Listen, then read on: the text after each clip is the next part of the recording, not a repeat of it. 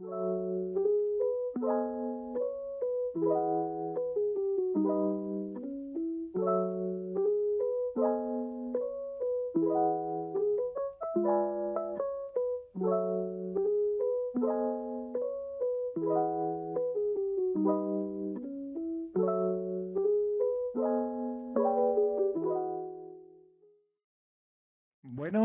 buenas tardes. Cordial saludo al equipo de Encuentros por la Historia. Mm, Agradecido por la aceptación del trabajo para socializarlo en este espacio. Hoy hablaré sobre la historia de las ideas y experiencias maoístas en Colombia, periodo 1970 al 2000. Rápidamente voy a mencionar, antes de dar paso pues, a la introducción, algunos trabajos que entre 1973 y la fecha actual han tomado el maoísmo como objeto de estudio. Principalmente 22 trabajos, entre los que podemos encontrar tres tesis de maestría en historia, algunas monografías, también una tesis de pregrado en historia, varios artículos y algunos libros que hacen referencia a el origen, la evolución y la división de organizaciones autodefinidas como maoístas. Allí algunos de sus escritores y productores como Mauricio Archila, Fran Molano, Miguel Urrego y Rodolfo Hernández fueron, digamos, los quienes desarrollaron esas, esas investigaciones. También algunas obras literarias sobre el maoísmo, especialmente Juego de Damas, El Dedo Índice de Mao y también El Río fue testigo. Sobre esto no me voy a detener mucho. Acá, digamos, estas son unas preguntas que los distintos investigadores han generado sobre el objeto de estudio, entre ellas, ¿por qué pegó tanto el maoísmo en el mundo universitario y no solo latinoamericano? ¿Cuándo y en qué condiciones y cómo se conformó el discurso político donde los grupos maoístas del campo marxista-leninista en Colombia ubican su génesis? ¿De dónde venimos, hacia dónde vamos y hacia dónde debemos ir? Pues en alusión a uno de los textos, digamos, que ha servido de referente para indagar sobre el origen de algunas organizaciones maoístas. Me refiero al texto de 1975 de proletarización, que lleva precisamente este nombre, de dónde venimos, hacia dónde vamos. Otra pregunta, ¿por qué el maoísmo colombiano en los años 70 no logró convertirse en un proyecto nacional con permanencia en el tiempo, sino que a finales de la década de 1970 quedó reducido a un conjunto de grupos marginales, fragmentados a pesar del fervor revolucionario, el espíritu de sacrificio y la sacralización de sus símbolos por parte de sus militantes y sus dirigentes?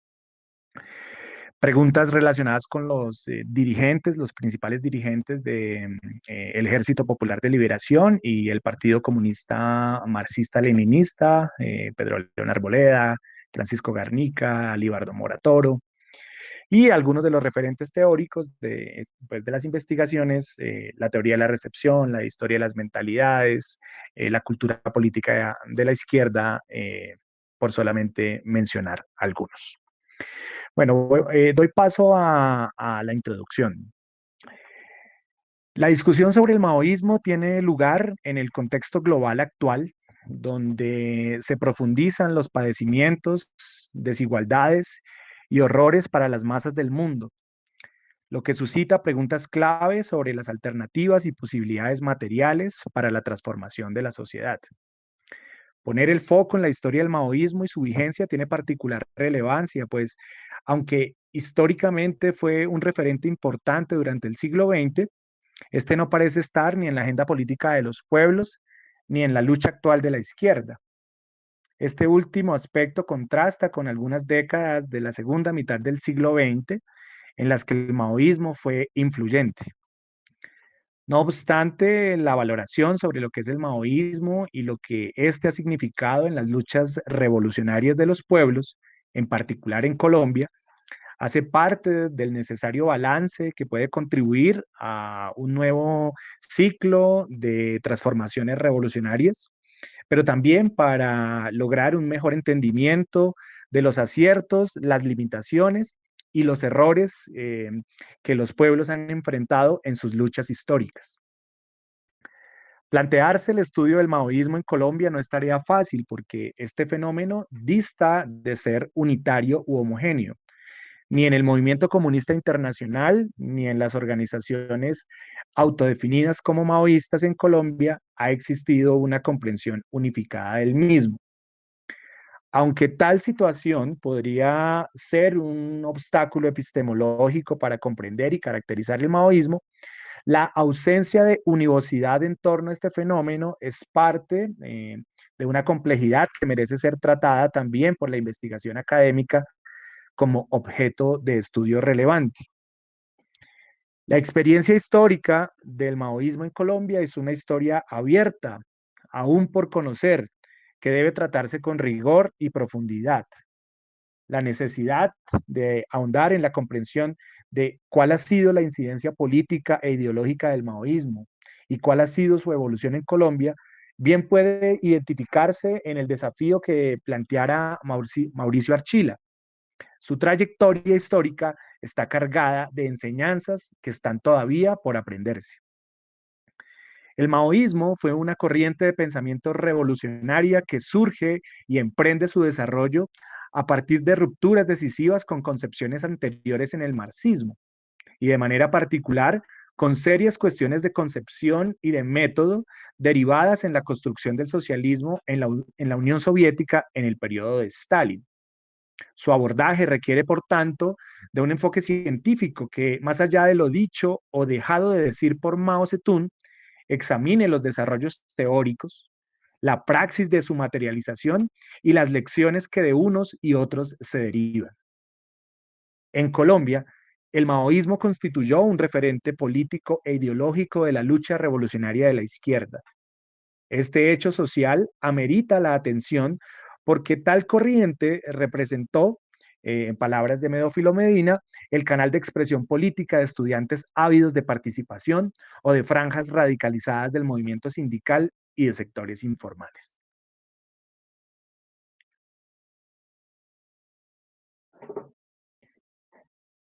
La difusión y recepción del maoísmo en Colombia, 1971-2000. El comunismo como movimiento histórico ha inspirado intelectual y políticamente a millones de personas en el mundo. Desde la efímera Comuna de París en 1871, el comunismo empezó a abrirse terreno como un movimiento revolucionario. Posteriormente, la revolución bolchevique dejaría su marca como el hecho más decisivo de la historia del siglo XX. Su incidencia internacional fue fundamental, ya que, como lo señaló acertadamente el historiador Erich Hobsbawm, la historia del siglo XX no puede comprenderse sin la Revolución Rusa y sus repercusiones directas e indirectas. Los ecos de la Revolución Rusa se hicieron sentir en diversas partes del mundo y Colombia no fue la excepción. En el país, las ideas revolucionarias de octubre influyeron a los intelectuales y revolucionarios en las luchas políticas obreras de los años 20 y 30, como vienen mostrando algunas investigaciones recientes sobre este periodo. Posteriormente, con el triunfo de la Revolución China en 1949, sus salvas se constituyeron en fermento de las ideas revolucionarias para las organizaciones de izquierda en Colombia y Latinoamérica. El maoísmo tuvo un considerable impacto en la lucha política nacional e internacional. No ha de olvidarse que el maoísmo, cuando China era un país socialista, me refiero al periodo 1949 a 1976, realizó transformaciones trascendentales que influyeron sobre la cuarta parte de la población mundial. El maoísmo fue un referente importante en las luchas políticas en Francia, hablo de 1968, Italia, Estados Unidos, Turquía, Bangladesh, Afganistán, Irán, Brasil, Nepal, Perú y actualmente en las luchas armadas de la India. Precisamente el modelo revolucionario chino fue uno de los referentes políticos para el partido 1963.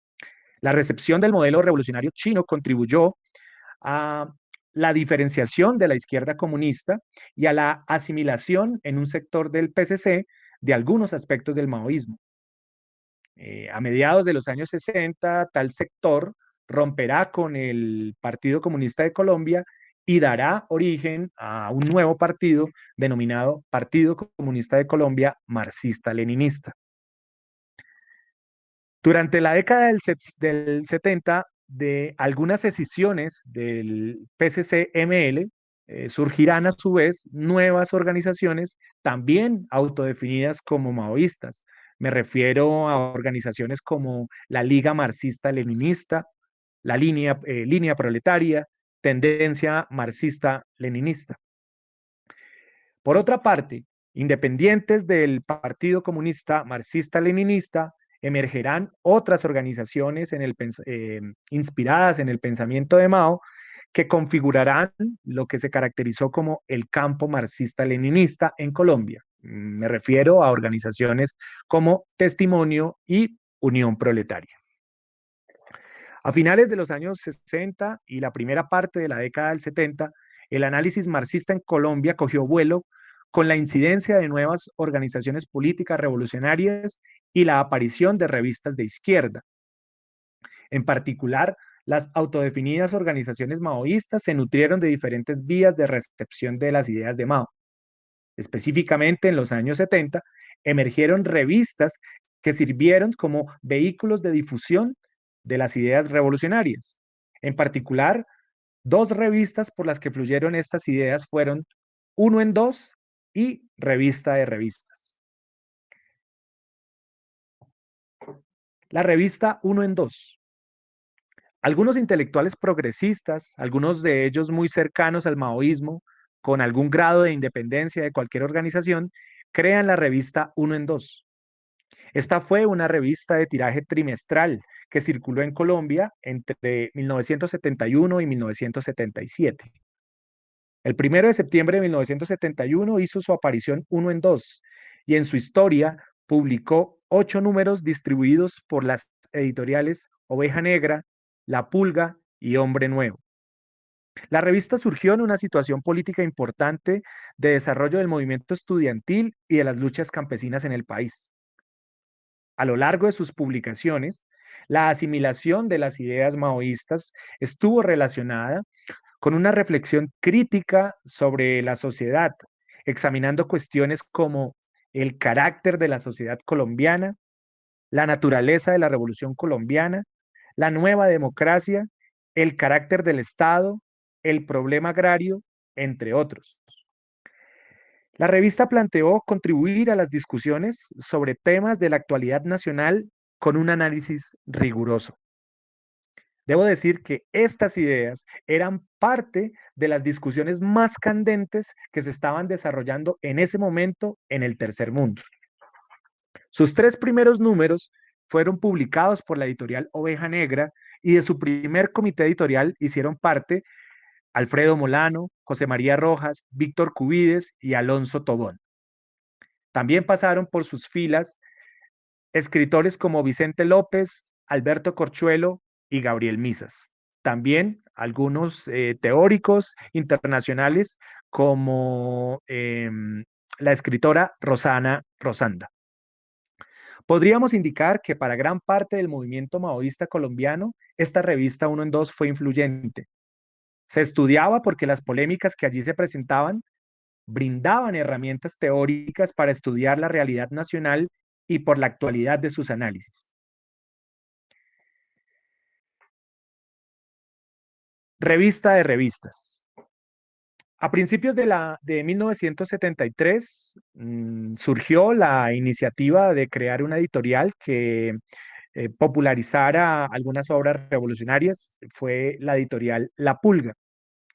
En 1975, Editorial La Pulga propició la creación de una revista teórica bimestral, Revista de Revistas. La revista publicó 5 números entre 1975 y 1976. Fue una revista de corte académico con una extensión aproximada de 120 páginas. Sus editores, entre los que se encontraba su director, Carlos Guillermo Álvarez, Se plantearon el objetivo de cubrir el vacío de información y análisis políticos de carácter internacional presentes en los militantes y luchadores revolucionarios. En este sentido, anunciaron en su primera publicación estar al tanto de los recientes desarrollos y polémicas en el campo de la filosofía, la historia, la economía marxista, entre otras. Algo clave que examino en el trabajo es que si bien Revista de Revistas no se declaró abiertamente maoísta, sí introdujo importantes elementos teóricos del maoísmo, elementos de método de análisis materialista y concepción científica que permitieron entender aspectos como la naturaleza contradictoria del socialismo, el socialismo como estado de transición al comunismo y el problema de la restauración del capitalismo. Podemos ver en los 5 números publicados de la revista un esfuerzo por contribuir al debate teórico sobre las diferencias en método y enfoque en la construcción del socialismo entre la Unión Soviética y China. En la revista fueron reproducidos artículos de teóricos internacionales como Charles Bettelheim, Paul Suisi, Costas Maurakis, María Antonieta Macchiocci, entre otros, que fueron originalmente publicados en revistas como Monthly Review. También incluyó algunos trabajos inéditos de Mao, en especial la introducción de A propósito de los problemas económicos del socialismo en la URSS de Stalin, también sobre las 10 grandes relaciones y el trabajo sobre el centralismo democrático. Estas ideas eran las que se estaban estudiando en ese momento en el mundo entero y que la gente de acá, los militantes y lectores de la revista, también querían estudiar y conocer. Ambas revistas, tanto Uno en Dos como Revista de Revistas, ayudaron a erosionar un enfoque dogmático, criterios erróneos y puntos de vista sectarios y unilaterales sobre la construcción del socialismo.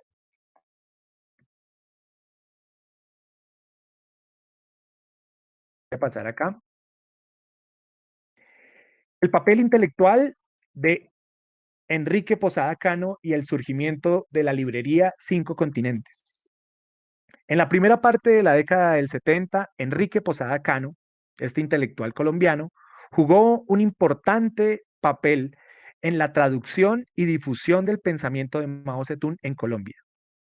Desde su primera estadía en China, entre 1965 y 1969, trabajó para el Buró Central de Traducciones y Publicaciones de las obras de Mao y otros líderes chinos. Como muchas otras personalidades en el mundo, fue atraído por el proceso histórico de transformación social que se estaba llevando a cabo en China desde 1949.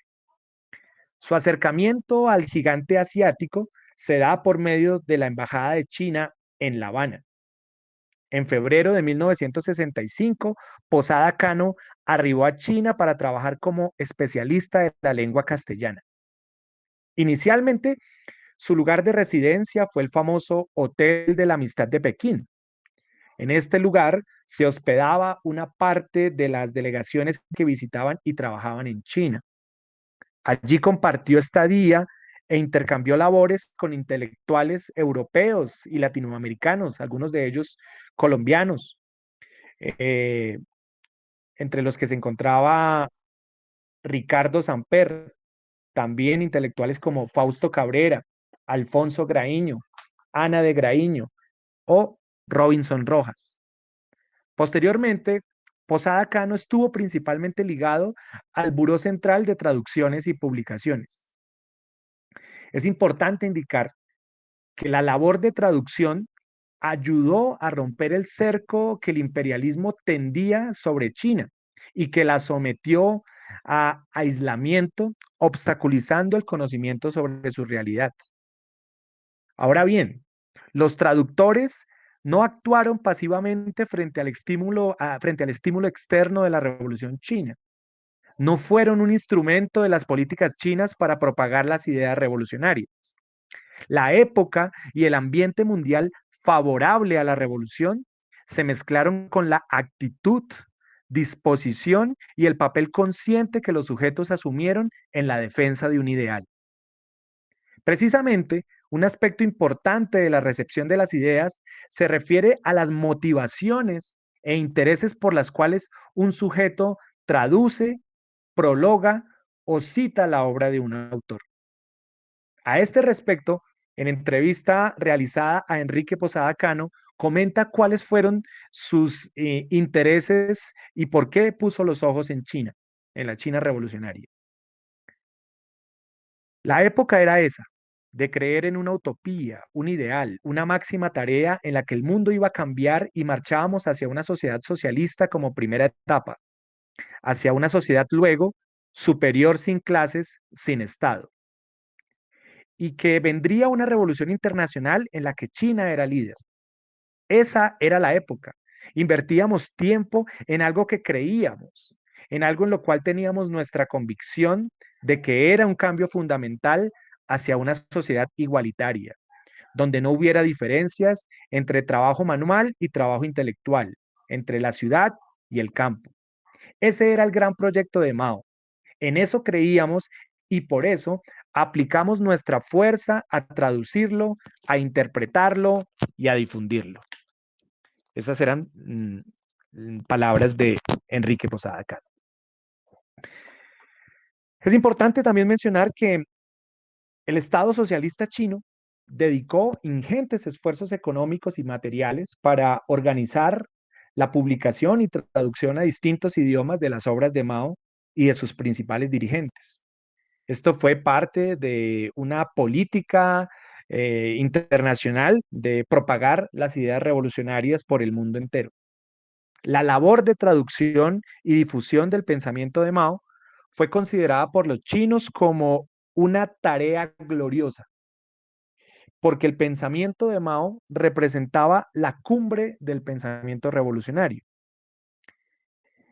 Además, la labor desempeñada por traductores y difusores del pensamiento de Mao significaba para los chinos la entrada en la categoría de viejos amigos, que en la memoria china estaba inscrita como aquellas personas que aportaban a la construcción del socialismo. A este respecto, Posada Cano comenta que cada vez que visitaba China, los chinos le insistían en la importancia de la tarea gloriosa. Él, junto a un equipo de traducción integrado por algunos latinoamericanos, europeos y chinos, tradujo al español y otros idiomas varios textos de Mao, en especial el tomo quinto de las obras escogidas de Mao. A la par que asumía la tarea gloriosa, Enrique Posada Cano impulsó la creación en Bogotá de una librería que sería fundamental en la circulación de las ideas maoístas en Colombia. La librería se llamó Cinco Continentes. Fue fundada posiblemente entre 1972 y 1973. Estaba ubicada en el centro de Bogotá, en la carrera novena entre calles 12 y 13. No era un sitio muy vistoso para una librería, ya que se encontraba en medio de almacenes de ropa y de accesorios para la industria textil. No tenía un letrero que advirtiera pues el lugar de la librería y como lo comenta uno de sus administradores, la librería se encontraba en un segundo piso y dentro de eso había una piecita que era Cinco Continentes. En una se vendía y en la otra servía de bodega para guardar los libros. Posada Cano no atendía directamente la librería por su permanencia en China, pero orientaba el envío de literatura y los libros para Colombia. Mientras tanto, algunos militantes maoístas estaban al frente de su funcionamiento de administración. Aunque no pudimos acceder al catálogo de la librería, según uno de los administradores, la librería contaba con obras de Mao en diferentes formas y tamaños, obras de Marx, de Lenin, Engels, arqueología china, obras de Lu Xun, literatura china, libros y videos sobre medicina china, instrumentación y acupuntura. Asimismo, se vendía la revista Vietnam Hoy, entre otros materiales. En esencia, era la librería de los chinos, como lo comenta Ricardo Arango, quien simultáneamente administraba otra importante librería de izquierda, denominada El Zancudo. Además de ser una librería, Cinco Continentes actuaba como distribuidora. A Cinco Continentes llegaban militantes, luchadores de lo que se llamó en los setentas la Asociación Nacional de Usuarios Campesinos. Por materiales, llegaban de distintos lados, de Caquetá, La Guajira, Nariño, la costa atlántica, Antioquia y el eje cafetero. La librería distribuía materiales a librerías más pequeñas, como unas casetas muy conocidas en los setentas que fueron acá en Bogotá, casetas en el centro, en la calle 19, pues que configuraban toda una red de circulación de libros mucho más amplia. Otra revista muy importante fue la revista Un Mundo que Ganar. Tras el golpe de Estado en China en 1976 y una desbandada de fuerzas maoístas en el mundo, algunas organizaciones como el Partido Comunista Revolucionario de Estados Unidos, también el Partido Comunista del Perú, impulsaron la reagrupación de partidos o organizaciones maoístas en el mundo y conformaron el Movimiento Revolucionario Internacionalista. Este movimiento promovió la revista Un Mundo que Ganar. Fue una publicación trimestral publicada y distribuida por Word to Win en Londres. Su publicación en español fue asumida por una editorial colombiana llamada Asir Editores Limitada y su primer número apareció en 1985. Finalizó con el número 32 en 2006. Basándose en el espíritu y tareas planteadas por el Movimiento Revolucionario Internacionalista, la revista tuvo como objetivo contribuir al proceso revolucionario proveyendo análisis y comentarios sobre los acontecimientos vitales del mundo y del movimiento revolucionario. La revista fue el vehículo de difusión a través del cual se conoció el acontecer de las guerras populares en el Perú y Nepal. La revista estuvo abierta al cubrimiento de las luchas populares y antiimperialistas. Incluyó en sus 32 números artículos sobre política, arte, reseñas de libros y las luchas políticas mundiales de países como India, Perú, Irán, Sudáfrica, Colombia, Kurdistán, Francia, Nepal, la Unión Soviética, México, Afganistán, entre otros. En Colombia, la revista cumplió un papel fundamental. Activamente fue el Grupo Revolucionario de Colombia, el que difundió ampliamente la revista en el país y América Latina.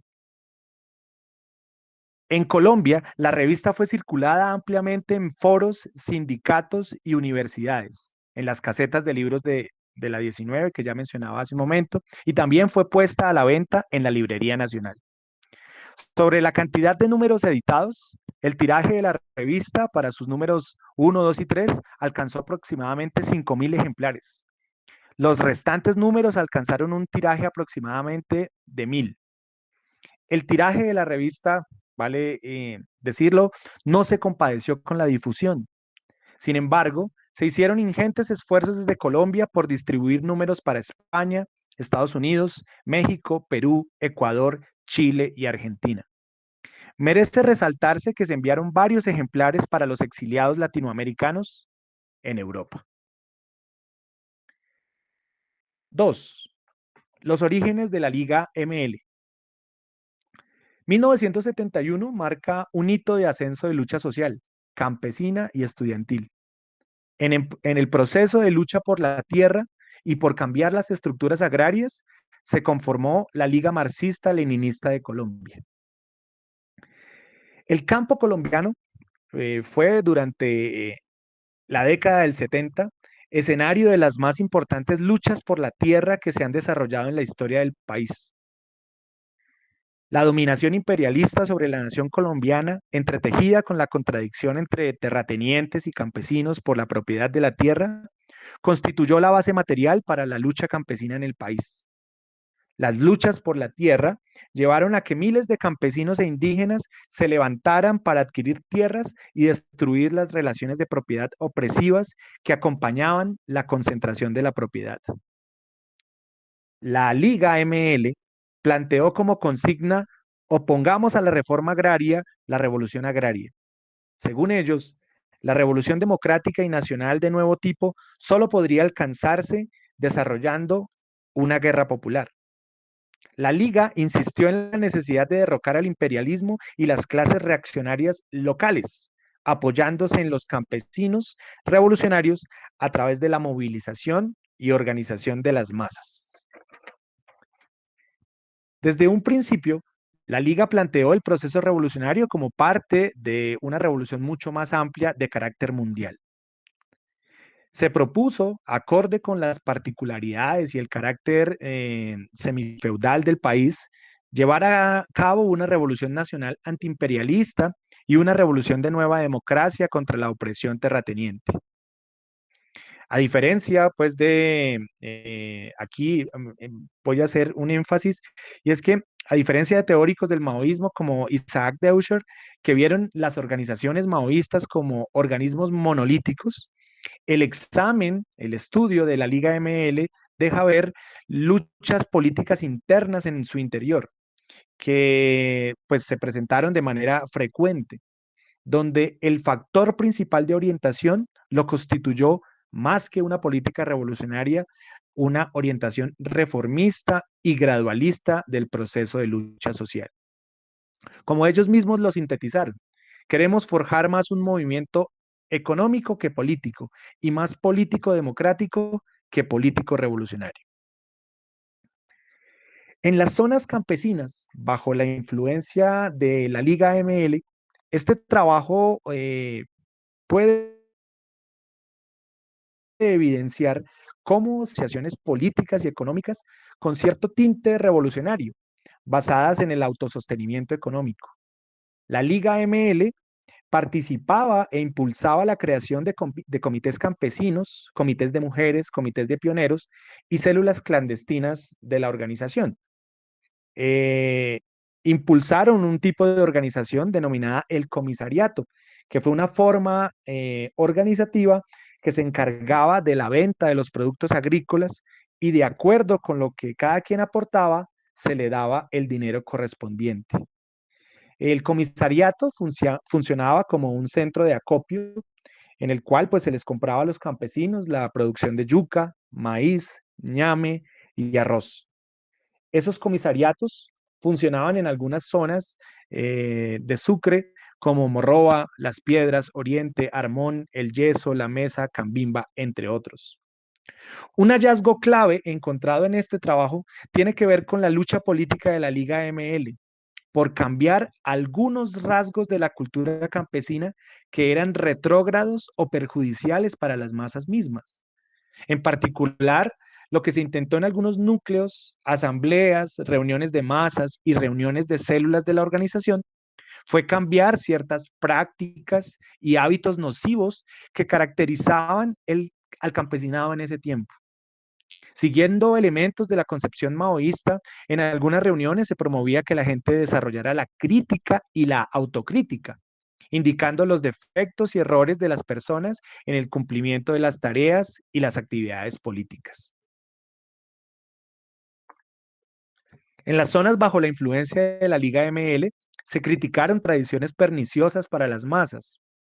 Particularmente, la Liga ML rechazó correctamente los fandangos y las corralejas tan fuertemente arraigadas en la superestructura ideológica de ciertas zonas de la sociedad colombiana. Un aspecto degradante sobre la opresión de la mujer de estas fiestas lo menciona en entrevista uno de sus dirigentes, Bernardo. Al respecto dice: en los fandangos, casi siempre terminaban emborrachándose todos los jóvenes y emborrachaban las muchachas, y no faltaba que alguna de ellas fuera objeto de violación o de ataque sexual por parte de un grupo de jóvenes. Las mujeres amanecían por ahí tiradas, les hacían ofensas o las desnudaban. Se daban otras cosas, por ejemplo, que para bailar con una muchacha se pagaba. Esa valía tanto, digamos que valía 20.000 pesos. El que fuera a sacar la muchacha pagaba cierta cantidad de dinero. Había otras que valían 15.000 o valían 10.000. O sea que tenía que depositar un dinero para bailar con una muchacha. Y había muchachas que nadie sacaba porque eran feitas. Por alguna concepción eran feas. Ellas se sentían mal porque nadie las sacaba a bailar. Frente a esas costumbres, se empezaron a organizar cómo sabotear esas fiestas y cómo elevar la conciencia de los jóvenes para que repudiaran ese tipo de reuniones y hacer valorar más las mujeres. Nosotros luchamos por abolir eso y por explicarles a los campesinos que podían hacer sus reuniones y hacer sus festejos sin necesidad del trago, sin necesidad de emborracharse. Esas eran las palabras de uno de los dirigentes. No obstante, este proceso fue contradictorio, porque tales intentos de cambio cultural también se mezclaron con una mentalidad campesinista, cerrada y provinciana.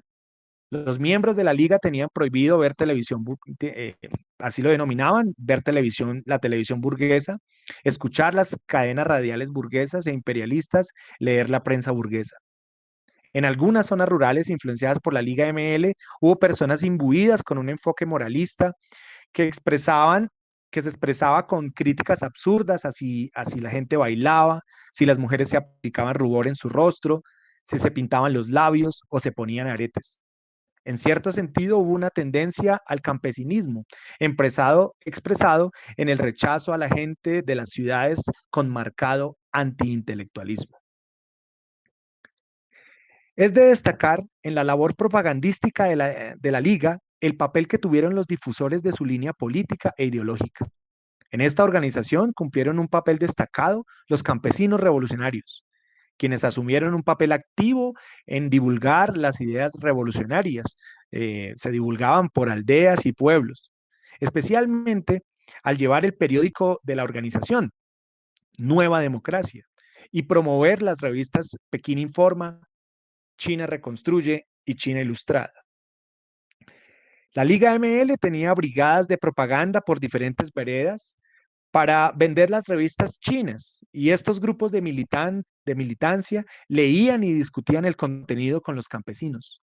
Esta fue una manera crucial de hacer suya y poner en juego la asimilación de las ideas revolucionarias que circulaban y de cómo se empezaban a configurar una visión propia del mundo entre los mismos campesinos. Es de resaltar que el movimiento campesino que había en Sucre y en el suroeste antioqueño tenía tanta acogida que las revistas chinas y los símbolos revolucionarios eran parte de la cotidianidad de los campesinos. Ellos mismos empapelaban las casas con las láminas chinas, las fotos de las comunas populares y las fotos de Mao. Otra labor importante de difusión de las ideas revolucionarias se dio mediante la proyección de películas chinas, especialmente la proyección de películas como El Soldadito Chan Cao y Brillante Estrella Roja. Esto era parte de vencer una barrera material, la del analfabetismo, y poder llegar a masas básicas por medio de otras herramientas que permitiera infundir sentimientos, por ejemplo, de servicio al pueblo propios de la lucha revolucionaria. En esta tercera parte hablaré especialmente de la asimilación del pensamiento de Mao en las organizaciones estudiantiles.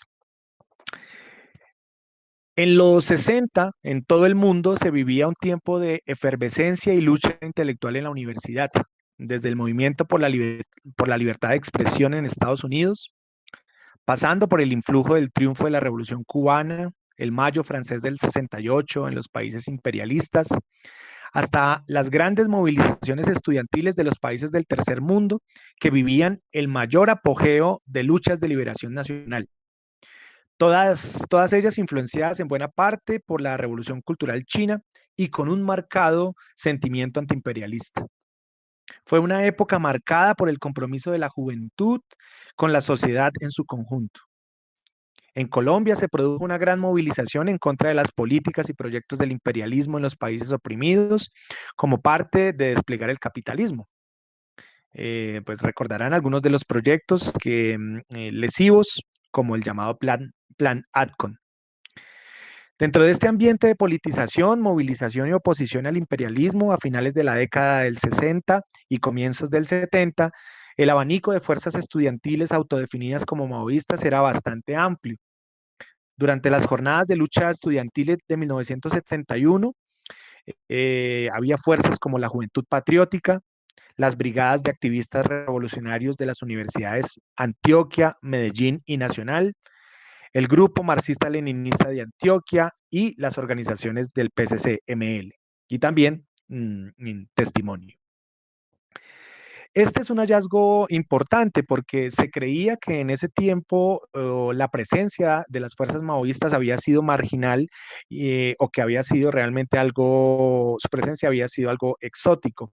Lo que muestra esta investigación es que tuvieron un papel importante en varias regiones del país, en varias universidades y fue en algunos incluso un papel de dirección en el movimiento estudiantil.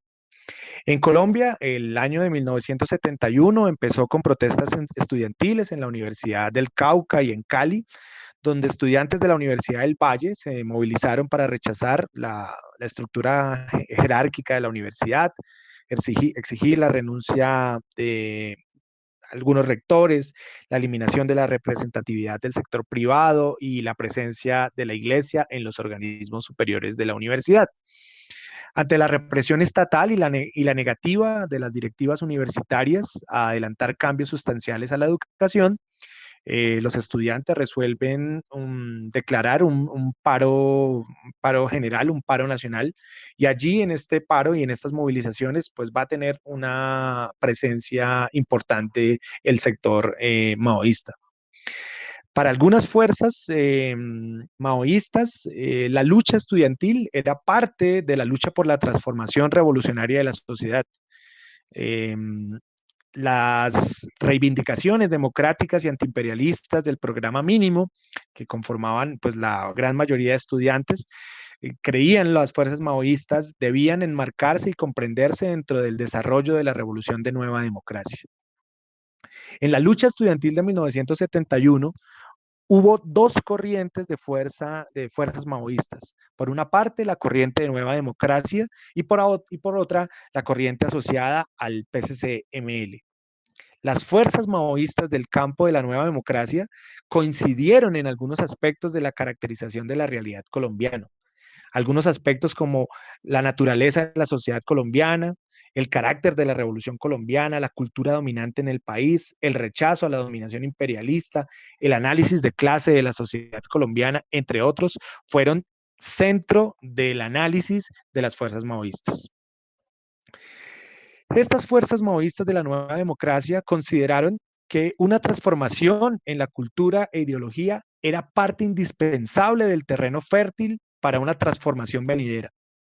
Para un sector de las fuerzas maoístas fue clave el planteamiento de Mao Zedong sobre que la existencia social de la gente determina sus pensamientos. Una vez dominadas por las masas, las ideas correctas, características de la clase avanzada, se convertirán en una fuerza material para transformar la sociedad y el mundo. Finalmente, hacia la década del 80, en medio de un ascenso de la agitación social, van a aparecer nuevas organizaciones maoístas a nivel nacional y mundial. En una situación internacional adversa por la pérdida del socialismo en China, por el ataque anticomunista mundial y la desbandada de muchas fuerzas progresistas que renegaron del socialismo, emergió en 1980 en Perú una guerra popular dirigida por un partido, el Partido Comunista del Perú. En Colombia, en 1982, se forma el Grupo Comunista Revolucionario de Colombia, que reunió comunistas en declarada lucha contra tendencias no revolucionarias en el país. El llamado GCR, como parte de su desarrollo y organización y formación política e ideológica con estudiantes y jóvenes, formó aquí la organización juvenil Los Guardias Rojos. Los Guardias Rojos asumieron el papel de detonadores de las ideas revolucionarias, se vieron como puente de las ideas revolucionarias hacia las masas. De ahí que asumieron la defensa del internacionalismo proletario como principio fundamental del comunismo revolucionario. En este sentido, una de las características de los guardias fue su apoyo e intensa labor de agitación en las universidades públicas a los procesos de guerra popular en el Perú y Nepal, la lucha antiimperialista de los pueblos a nivel mundial y la divulgación del marxismo. Su planteamiento de apoyo a la guerra popular en el Perú y lo que ésta significó para las masas del mundo quedó expuesto en sus documentos y pintas difundidas en las universidades públicas. Otro aspecto del terreno de la lucha en el terreno ideológico de los guardias rojos fue la forma como asumieron, como apropiaron el maoísmo, especialmente un elemento central de lo que fue la Revolución Cultural China. Me refiero a la necesidad de transformar la concepción del mundo, la lógica y los valores del capitalismo, no solo abogando por una cultura antifeudal y democrática, sino esencialmente comunista. Es decir, la lucha por cambiar la concepción del mundo incluso antes de la toma del poder. Esto diferenció a los rojos de otras fuerzas autodefinidas como maoístas. Otro elemento importante es que en el contexto de la década del 90, donde pues va a tener presencia los guardias rojos, desarrollaron una fuerte lucha contra el llamado posmodernismo.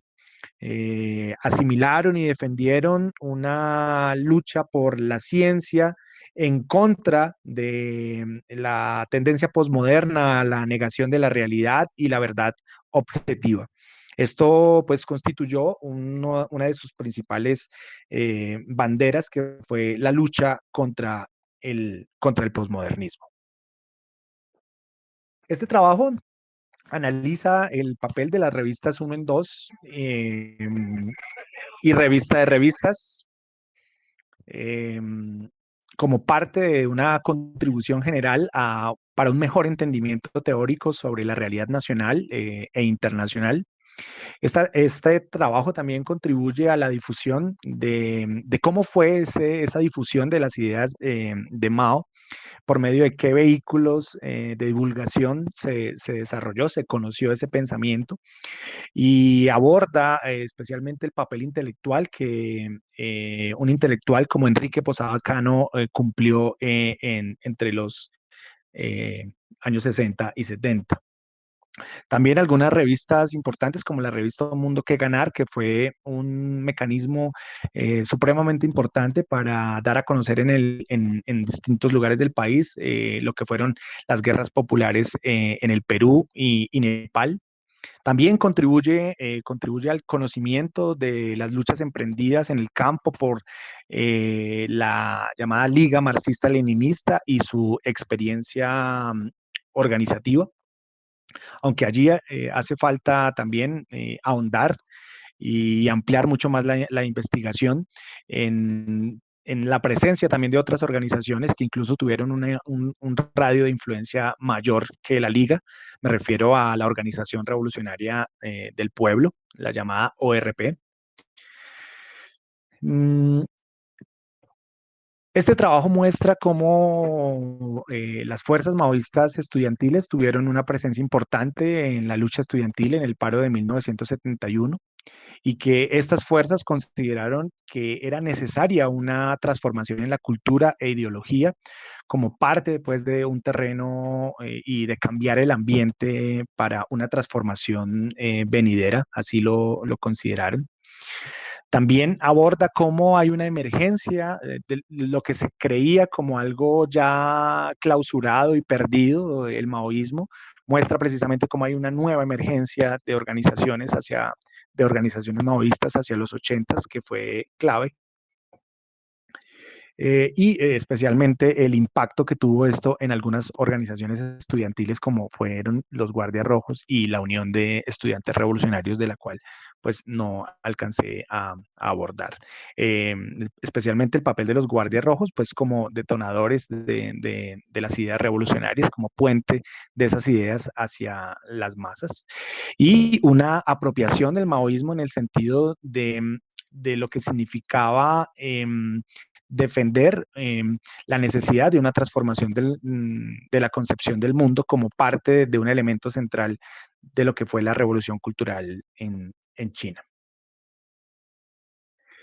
En síntesis, este trabajo muestra cómo el maoísmo fue un fenómeno importante con incidencia tanto en el movimiento campesino y en el movimiento estudiantil en el periodo 1970-2000. Bien, muchas gracias.